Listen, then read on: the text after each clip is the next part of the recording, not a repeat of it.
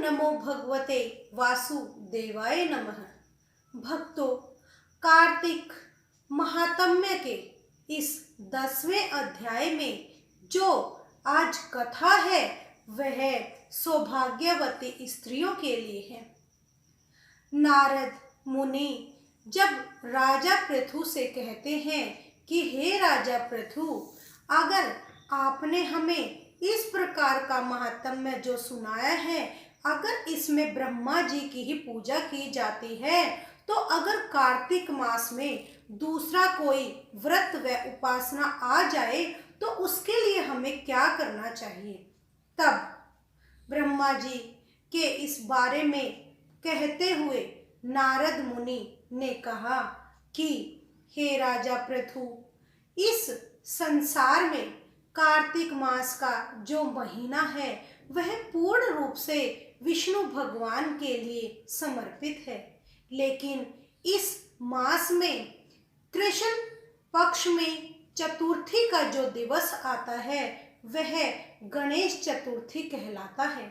गणेश चतुर्थी के दिन जो भी कुंवारी कन्याएं या स्त्रियां इस व्रत को रखती हैं तो उन्हें अखंड सौभाग्य और उन्हें अक्षय पुण्य की प्राप्ति होती है।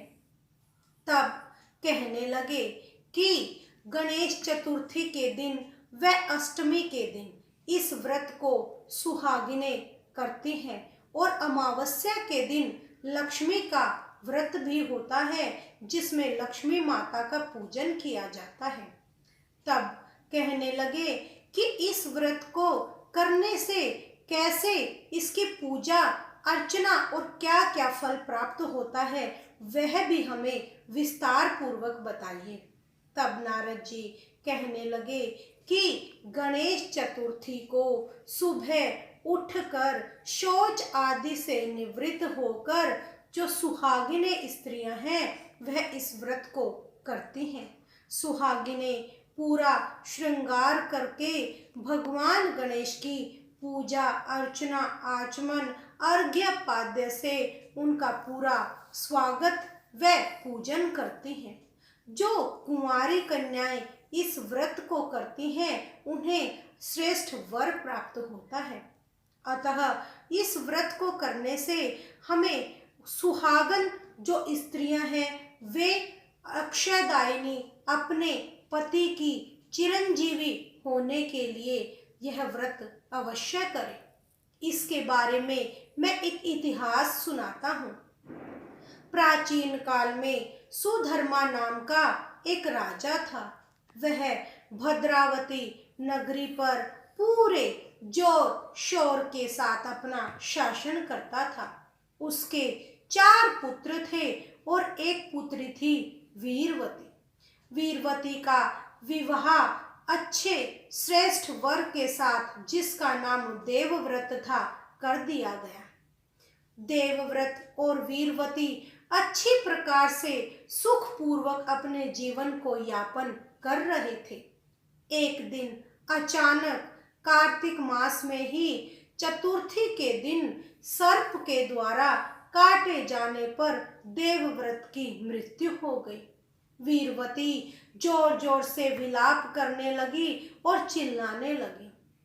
सुधर्मा राजा, उसके 4 पुत्र, उसकी पत्नी व लड़की और ग्राम के सभी वासी वहां पर इकट्ठा हो गए और बहुत शोक मनाने लगे। तभी वहां पर एक महात्मा आए। महात्मा ने कहा, यह क्या हो गया? तब सुधर्मा राजा ने कहा कि मेरी पुत्री वीरवती का पति मृत्यु को प्राप्त हो गया है।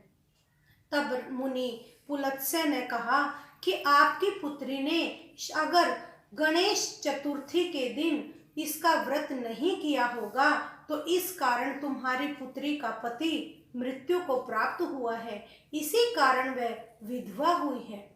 तब सुधर्मा ने कहा कि यह व्रत कब आता है? मुनि ने कहा कि यह कार्तिक मास के कृष्ण पक्ष के चतुर्थी में आता है और इस व्रत को करने से जो स्त्री है वह अपने सुहाग की चिरंजीव होने के लिए कामना करती है तो वह अखंड सौभाग्य को प्राप्त करती है। तब सुधर्मा ने कहा कि क्या मेरी पुत्री ने यह व्रत नहीं किया? तो मुनि ने कहा, नहीं, तुम्हारी पुत्री ने गणेश जी का यह व्रत नहीं किया, इसी कारण वह विधवा हुई है। अगर अब भी तुम्हारी पुत्री इसका व्रत करेगी तो वह अपने पति को पुनः प्राप्त कर लेगी। तब राजा ने 1 साल तक उस तेल में देवव्रत के मृत शरीर को सुरक्षित रखवाया और अगली बार जब दोबारा से कार्तिक आया और चतुर्थी के दिन वीरवती ने व्रत रखा और अच्छी प्रकार से पूजन करके गणेश भगवान को श्रद्धा पूर्वक नमन करके ब्राह्मणों को श्रद्धा अनुसार दान दक्षिणा देकर यह व्रत पूर्ण किया तो उसका पति दोबारा से जीवित हो गया। इस प्रकार वह अपने मृत पति को जीवित पाकर हर बार इस व्रत को रखने लगी। एक बार ब्रह्मा, विष्णु, महेश, इंद्र आदि सभी देवता एकत्रित हुए और उन्होंने दैत्यों पर विजय प्राप्त करने के लिए एक उपाय किया। वो सारे एकत्रित हो करके भगवान गणेश के पास जाते हैं और कहते हैं कि आप हमें दैत्यों से मुक्ति दिला दीजिए। तब गणेश भगवान ने उनको कार्तिक कृष्ण पक्ष के चतुर्थी का व्रत रखने के लिए कहा और उन सब ने दैत्यों पर विजय प्राप्त की।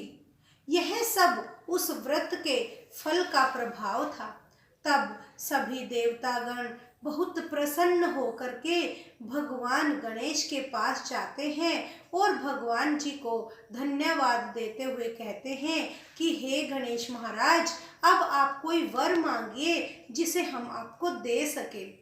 तब गणेश भगवान ने कहा कि मैं एक ही वर चाहता हूँ कि इस दिन यानी कार्तिक कृष्ण पक्ष की चतुर्थी के दिन जो भी सुहागिनें इस व्रत को रखेंगी उनके पति की आयु चिरंजीवी होगी और वे अखंड सौभाग्य को प्राप्त होंगी। इस प्रकार गणेश जी की आराधना की जाती है और गणेश भगवान की अनुकंपा उन स्त्रियों पर रहती है जो सुहागिने स्त्री इस व्रत को श्रद्धा अनुसार करती हैं।